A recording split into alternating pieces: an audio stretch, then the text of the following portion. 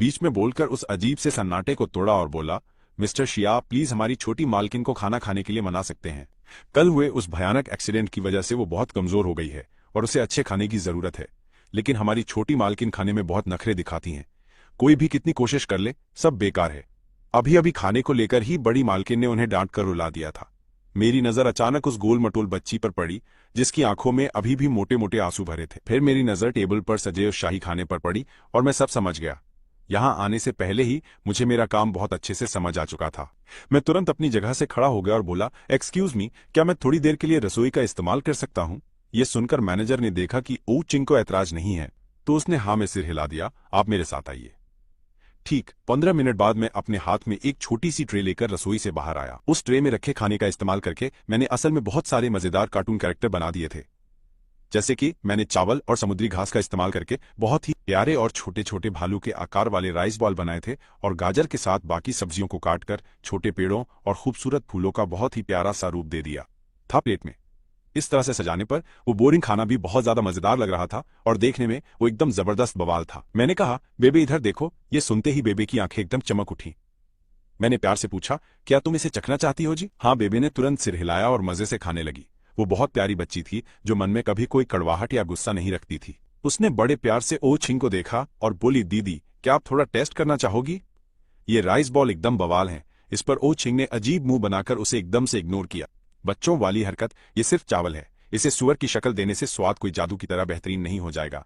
Dam, ये साफ तौर पर भालू बने हुए थे, समझी? क्या मेरा दिमाग दही मत कर लड़की। भालू बेबे ने एक बहुत बड़ा बाइट लिया और उसके छोटे प्यारे गाल एकदम से फूल गए। लेकिन सच में ये खाने में बहुत ज्यादा लाजवाब है। ओ बेबे, सिर्फ तुम्हारे जैसी छोटी बुद्धि वाला इंसान ही इस तरह के फालतू खाने की तारीफ कर सकता है। गुस्से से मेरे माथे की नसें बुरी तरह फटने को तैयार थीं। मेरा चाकू कहाँ है? मुझे अभी चाहिए। मैं उसे पलटकर करारा जवाब देने ही वाला था, लेकिन सच्चाई यही थी कि बेबे को यह बहुत पसंद आया था।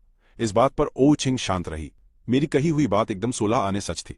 बेबे का खाने में नखरे करना पूरे ओ परिवार के लिए बहुत बड़ा सिरदर्द था, और मैंने उसे बड़ी ही आसानी से बेवकूफ बना दिया। अपनी कुछ 2 कौड़ी की सस्ती चालों से उसने अपना खाना बड़े ही नजाकत से खत्म किया और चाय का शानदार कप उठाकर एक घूंट लिया। खुद को बहुत लकी समझो कि तुम्हारी ये छोटी सी चालें बस थोड़ी देर के लिए उसका ध्यान भटका सकती हैं। इस तरह तुम एकदम नल्ले और बेकार नहीं लगोगे।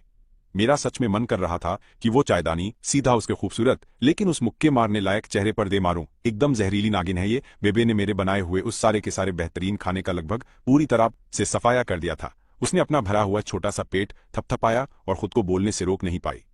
दीदी, बड़े भैया से ऐसे बात मत करो, जरा ध्यान से मेरी बात सुनो। बेबे सच में एकदम किसी फरिश्ते जैसी थी। बस उसकी प्यारी बातें सुन लो। ओ छिंग जैसी पत्थर दिल लड़की की इतनी मासूम छोटी बहन आखिर इस दुनिया में कैसे हो सकती है भाई? ये तो पक्का दुनिया का कोई बहुत बड़ा अजूबा ही था। उसने मुझे एकदम जमा देने वाली खौफनाक नजर से घूरा मुड़ी और अपने लंबे पैरों से चलते हुए सीधा दूसरे माले पर चली गई। जाते जाते उसने अपनी नौकरानियों को ऑर्डर दिया, एक कड़क कॉफी बनाकर तुरंत मेरे कमरे में लेकर आओ। मुझे आज दोपहर को एक बहुत ही नया प्रोग्राम लिखना ही है। कोई भी मेरा दिमाग दही मत करना। बेबे ने एकदम सीरियस चेहरा बनाकर मुझे प्यार से दिलासा दिया। बड़े भैया, आप इन बेकार बातों का कभी बुरा मत मानना। मेरी दीदी सच में अंदर से एक बहुत ही अच्छी इंसान है। हाँ, बिल्कुल सही। मुझे तो उसमें ऐसी एक भी अच्छी बात दूर तक नजर नहीं आती।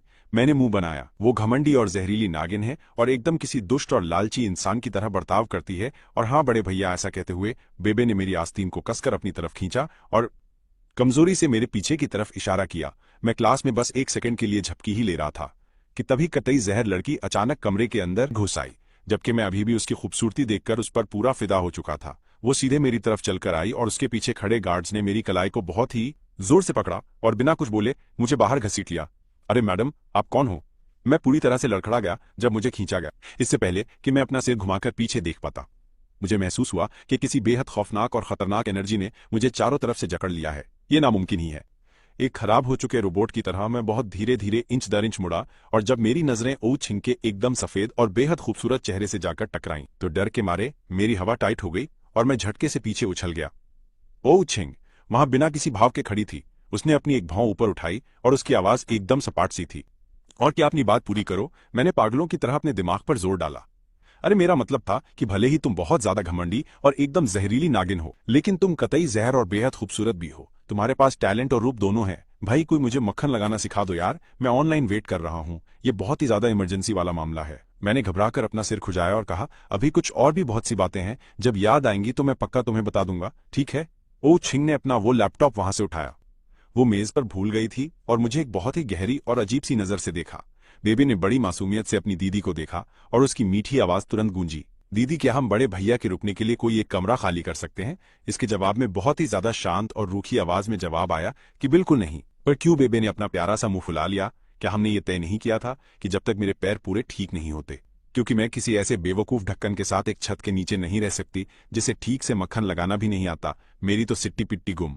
उसने तो ये बात ऐसे बोली जैसे मैं ही वहां रहने के लिए उसके सामने गिड़गिड़ा रहा हूं। ओह, छिंग अपने काम में लगी हुई थी और पूरी दोपहर मैंने उसे एक बार भी नहीं देखा, यहां तक कि रात के खाने पर भी नहीं। मैंने उस छोटी बच्ची के लिए अपना स्पेशल डिनर बनाया और उसने उसे फुल मौज में खाया। बेबे, क्या तुम्हारी इस दीदी को स्कूल या कॉलेज नहीं जाना होता? मैंने सुना है कि वो अभी सिर्फ 19 साल की ही है। इस पर बेबे ने सिर हिलाया। मेरी दीदी को उनके हाई स्कूल के दूसरे साल में ही देश की सुप्रीम यूनिवर्सिटी में सीधे एडमिशन के लिए पूरी तरह से रिकमेंड कर दिया गया ही था, इसलिए वो स्कूल जाए या ना जाए दोनों बातें एकदम बराबर हैं। हम दोनों ही इंसान हैं, तो फिर हम दोनों के बीच का फर्क इतना ज्यादा बड़ा क्यों है? मेरे नंबर भी कोई बहुत ज्यादा खराब नहीं थे, लेकिन वो इतने अच्छे भी नहीं थे कि मुझे किसी भी बड़ी यूनिवर्सिटी में सीधा एडमिशन मिल सके, और खासकर सुप्रीम यूनिवर्सिटी में तो बिल्कुल भी नहीं, जो एकदम टॉप पर वाली यूनिवर्सिटी है। हे भगवान, सच में बहुत नाइंसाफी है। ऊपर वाले ने तो दुनिया की सारी अच्छी चीजें उसी ऊपर बैठी हुई लड़की की झोली में डाल दी ही हैं। मैंने पीछे मुड़कर दीवार पर समय देखा। रात के 8 बज चुके थे। मैं तुरंत खड़ा हो गया और बोला, बेबे, बड़े भैया को अब अपने घर वापस जाना ही होगा। बेबे ने उसी वक्त तुरंत अपना खाना नीचे रख दिया और उसकी चमकती हुई काली आंखें घबराहट से मुझे देखने लगी। तो क्या आप कल भी वापस यहाँ आओगे? हाँ, मैं बिल्कुल कल भी यहाँ आऊंगा। मैंने मुस्कुराते हुए बड़े ही प्यार से उसकी छोटी सी नाक खींची। जब तक तुम्हारा पैर पूरी तरह से ठीक नहीं हो जाता, मैं हर रोज आकर तुम्हारा ख्याल जरूर ही रखूंगा। मेरी उस इंसान के साथ यही तो डील तय हुई थी कि मैं पूरे 1 महीने तक इस छोटी बच्ची का ख्याल रखूंगा और इसके बदले वो मुझे सेंट से एकेडमी में ट्रांसफर दिलवाएगा और मेरी माँ के ऑपरेशन का सारा खर्च उठाएगा। वैसे अब याद आया, मुझे कल ही तो सेंट से एकेडमी में रिपोर्ट करने के लिए भी जाना ही था। मुझे आज ही वापस जाकर उसके लिए अपनी पूरी तैयारी भी करनी होगी। लेकिन कल से तुम्हारे बड़े भैया को भी स्कूल जाना होगा, तो मैं शायद कल तुम मुझसे सिर्फ स्कूल के बाद या फिर छुट्टी वाले दिन ही मिलने आओगे ना? क्या इसका मतलब यह है कि बेबे को कल बड़े भैया के हाथ का बना हुआ नाश्ता नहीं मिलेगा? ऐसा बिल्कुल नहीं है। मैंने शरारत से उस छोटी बच्ची को आंख मारी। अगर तुम्हें मेरी बात पर यकीन नहीं है तो कल सुबह उठकर खुद ही देख लेना। बेबे का मासूम सा चेहरा बहुत ही ज्यादा खुशी से भर गया और उसकी आंखें चमक उठी। लेकिन जैसे ही मैं वहां से गया, वो छोटी बच्ची अपनी फुल चार्ज एनर्जी से तुरंत बाहर आ गई और एकदम किसी गुब्बारे की तरह नौकरानी ने उसकी व्हीलचेयर दूसरे फ्लोर तक धकेली और फिर बेबी ने ओचिंग के दरवाजे पर सीधा दस्तक देकर उसे एकदम से अंदर की तरफ पूरा धकेलकर खोल दिया। उसने अपना छोटा सा सिर कमरे के अंदर निकाला और बोली, बहन बेबी, अब सोने जा रही है, तो क्या तुम सोने से पहले बेबी को कोई बहुत बढ़िया वाली कहानी सुना सकती हो? ओ चिंग ने बस अभी अपना प्रोग्राम लिखना खत्म ही किया था और उसके बेदाग चेहरे पर थकावट का एक साफ निशान पूरी तरह से नजर आ रहा था। वो अपनी जगह से उठी और डेस्क लैम्प को बंद करने के लिए थोड़ा आगे बढ़ी और प्यार से बोली, ठीक है, मैं तुम्हें एक कहानी सुनाती हूं, फिर अपनी बहन को अच्छे से सुलाने तक। रात के 10 बज चुके थे और ओ चिंग को आखिरकार अपने पेट में हल्की सी भूख का एहसास हुआ, इसलिए वो नीचे गई और सीधे किचन में गई। फ्रिज खोलते ही उसने तुरंत सबसे सामने वाली जगह पर रखी हुई एक प्लेट देखी जिस पर कल सुबह के लिए मेरा सबसे स्पेशल बच्चों वाला खाना रखा हुआ था। इसे बस हल्का सा गर्म करने की ही जरूरत है।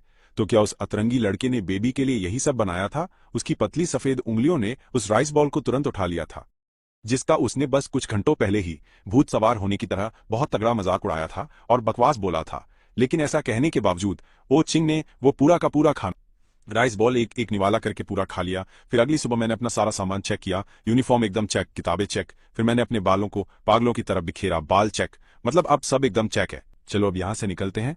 आज मौसम बहुत ही ज्यादा खराब था और लगातार हल्की हल्की सी बारिश हो रही थी, इसलिए मुझे रास्ते में लगने वाले उस भारी ट्रैफिक की बहुत टेंशन हो रही थी। मैं 1 घंटे पहले ही उठ गया था और मैंने सुबह की सबसे पहली बस पकड़ ली।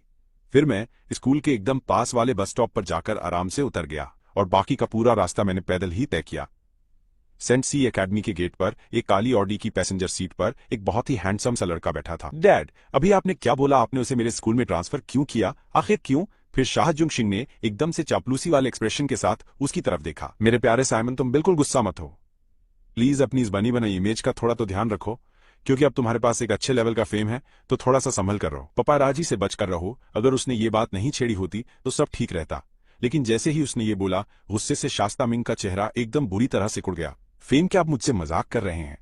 क्योंकि पिछले 2 सालों से मुझे रिसोर्सेज के नाम पर सिर्फ और सिर्फ एकदम कूड़ा जैसी बकवास फिल्में ही मिली हैं और कुछ फालतू के एड्स मिले हैं। मेरी जैसी हालत अभी है, मैं बिना चश्मे के सड़क पर आराम से घूम सकता हूं और सच बता रहा हूं, मुझे कोई भी नहीं पहचान पाएगा। तो कौन से पपाराजी शास्ता मिंग का ये गुस्से वाला टोन बिल्कुल उसकी अपनी सगी मां यांगलिन पे की तरह एकदम हूबहू एक जैसा ही था। मैं आपको डैड बुलाता हूं और आप मेरे साथ ऐसा घटिया सलूक करते हैं। आपने मेरे लिए कभी किसी भी अच्छे काम के लिए कोई लड़ाई नहीं की और अब आप उस पनौती को मेरे ही स्कूल में डाल रहे हैं। तो क्या अब आपका अगला तगड़ा प्लान उससे और उसकी उस आधी मरी हुई लाचार मां को वापस जिया परिवार में घर वापस लेकर आने का है? सीमिंग, मैं अच्छे से जानता हूं कि तुम एक बड़ा स्टार बनना चाहते हो, लेकिन ये एंटरटेनमेंट इंडस्ट्री उतनी आसान बिल्कुल नहीं है जितना तुम सोचते हो यहां पैसे होने के बावजूद। अगर सही नेटवर्क और कनेक्शन ना हो तो सब कुछ बेकार है, जिया जुंग शिंग ने थोड़ा हिचकिचाते हुए बोला, क्योंकि पिछले 2 सालों में उसने सच में अपनी तरफ से पूरी जी जान लगा दी थी कि वो अपने इस लाडले बेटे के स्टार बनने के सपने को पूरा कर सके। उसने बहुत सारा पैसा पानी की तरह बहाया था। कभी कभी तुम बड़े बनोगे या नहीं, ये पूरी तरह किस्मत का खेल है। जैस्मिन इतना ज्यादा गुस्से में था कि उसका मन कर रहा था कि वो हाथ की हर चीज जमीन पर पटक दे। वो पूरे 5 साल पहले ही एक बहुत बड़ा मैसिव स्टार बन सकता था, तो फिर मैं अब ऐसा क्यों नहीं कर सकता? मुझे लगता है आप ये सब जानबूझकर कर रहे हैं। क्या आप उन सारी मुश्किलों और दुखों को एकदम पूरी तरह से भूल चुके हैं जो मेरी माँ और मैंने शुरुआती सालों में चुपचाप सहे थे?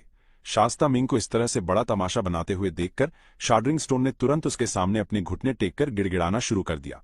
डैड, जानते हैं मैंने तुम्हारे और तुम्हारी माँ के साथ गलत किया है, इसीलिए मैं अभी इसी वक्त इस घर में तुम दोनों को मिलने वाले मुआवजे को सीधा डबल करना चाहता हूँ। तुम्हारी माँ जो कहती है वही होता है, तुम्हें जो चाहिए डैड बिना एक शब्द बोले खरीद लेते हैं, लेकिन इन सब के बावजूद तुम अभी भी डैड को ही दोष देते हो। जिया जुंग शिंग लाचार दिखा, क्या मैं पूरे समय से यही नहीं समझा रहा हूँ? ये सब इसलिए है क्योंकि तुम्हारी माँ ने ओ परिवार की दूसरी बेटी को मारा था। उन्होंने खास तौर पर तुम्हारे भाई से उसकी देखभाल करने की मांग की थी। अगर मैं कुछ चाले नहीं चलता और तुम्हारे भाई को थोड़ा सा लालच या मीठा नहीं देता तो क्या तुम्हें सच में लगता है कि वो चुपचाप मेरी बात मान लेता? वो मेरा भाई बिल्कुल भी नहीं है और ना ही मेरा उसके जैसा कोई भी सगा भाई है, समझे? शास्ता मिंग जितना ज्यादा बोलता गया उसका गुस्सा उतना ही भड़कता गया। ये देखकर डैड तुरंत बोले, ठीक है, तुम्हारा कोई भी भाई नहीं है। शार्ड्रिंग शंग ने तुरंत ही बिना किसी बहस के शास्ता मिंग की इस बात पर अपनी पूरी सहमति दे दी और बोला, मेरे सबसे कीमती बेटे, प्लीज मेरी जान, तुम गुस्सा मत हो। डैड तुम्हारे एक बहुत बड़ा स्टार बनने के इस सपने को बहुत अच्छे से समझते हैं। डैड तुम्हारे लिए और रिसोर्सेज लाने की पूरी तगड़ी मेहनत करेंगे। तुम अभी जवान हो, बस थोड़ा धैर्य रखो, तुम्हारे बड़े बनने का दिन जरूर आएगा। और रही बात तुम्हारे भाई की, तो स्कूल में बस ऐसे दिखाना जैसे तुम उसे नहीं जानते। वैसे भी डैड के लिए सबसे जरूरी इंसान सिर्फ और सिर्फ तुम ही हो क्या? सच में? ये सुनकर शास्ता मिंग ने अपनी भौहें सिकोड़ ली।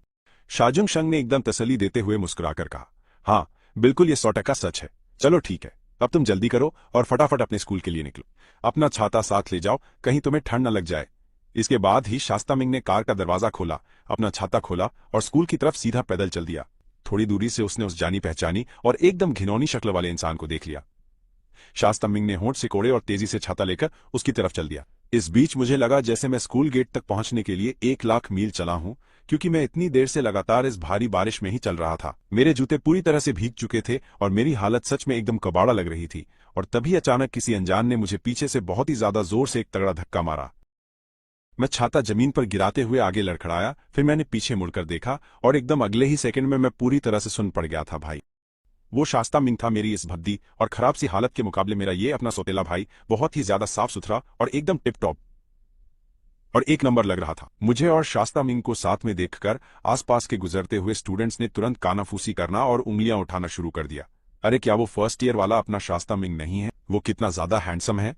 मैंने सुना है उसने कई सारे एड शूट किए हैं। उसके बगल में खड़ा वो इंसान कौन है? मैंने उसे पहले कभी नहीं देखा। क्या उनके बीच कोई लफड़ा है? फिर अचानक से दबी हुई आवाजों में फुसफुसाहट होने लगी। हे, क्या तुमने ध्यान से देखा? उस अजीब लड़के के चेहरे पर एक बहुत बड़ा निशान है। ओ माय गॉड, उसकी तो हवा टाइट है। मैं घबरा गया और माथे का निशान छिपाने के लिए झटपट अपने बाल खींचने लगा। मेरे लाख छिपाने की कोशिशों के बाद भी वो निशान हल्का सा दिख ही रहा था। एक झलक में ही ये बहुत डरावना था, क्योंकि पिछले 5 सालों से मुझे जिस चीज से सबसे ज्यादा डर लगता था वो था लोगों का मुझे इस तरह घूर कर देखना, बिल्कुल उसी खतरनाक नजर के साथ जो वे किसी भयानक राक्षस को देखते हुए देते हैं। मेरी इस घबराई हुई और एकदम शर्मिंदा सी हालत को देखकर शास्ता मिंग ने इस पल के पूरे तगड़े मजे लिए। उसके काले दिल में एक बहुत ही घटिया और बदले वाली खुशी भर गई और वो बोला, शाहजाद तुम सच में इसी कबाड़ा हालत के लायक हो। लगातार होने वाली ये बारिश मेरे चेहरे को धीरे धीरे भिगो रही थी और मेरी छाती में दुख की एक बहुत ही गहरी लहर उठने लगी। और तभी उसी वक्त मेरे सिर पर गिरती हुई बारिश अचानक से रुक गई। मैंने एकदम शौक में ऊपर अपनी तरफ लगे उस छाते को घूर कर देखा। फिर मेरी नजर मेरे एकदम ठीक सामने खड़ी उस बहुत ही शांत और कतई जहर दिखने वाली एकदम खूबसूरत सी लड़की पर पड़ी और मेरा मुंह पूरा खुला रह गया। अरे ये तो तुम हो। आसपास का पूरा माहौल अचानक से एक्साइटमेंट के मारे एकदम फट पड़ा। अरे भाई, ये तो हमारे स्कूल की सबसे मशहूर लड़की ये वेई है। वाओ, आज भी वो सच में कतई जहर लग रही है। उसकी मुस्कान सच में कितनी ज्यादा प्यारी है। लेकिन जरा एक मिनट रुको, ये वेई उस छपरी जैसे अजीब लड़के को इस बारिश से आखिर क्यों बचा रही है? उस छोटे से छाते ने मुझे और ये वेई को एक बहुत ही छोटी और प्राइवेट जगह के अंदर पूरी तरह बंद कर दिया था। और उस वक्त उसकी एकदम साफ सुथरी बिना दाग वाली स्कूल यूनिफॉर्म बहुत करीब थी। उसके कोमल चेहरे पर एक हल्की सी मुस्कान थी और उसकी आवाज एकदम साफ और बहुत मीठी लग रही थी कि बारिश अब और भी तेज हो रही है। अगर तुमने छाता इस्तेमाल नहीं किया तो तुम्हें पक्का बहुत तेज जुकाम हो जाएगा। भाई, तुम्हारा बहुत बहुत शुक्रिया। ये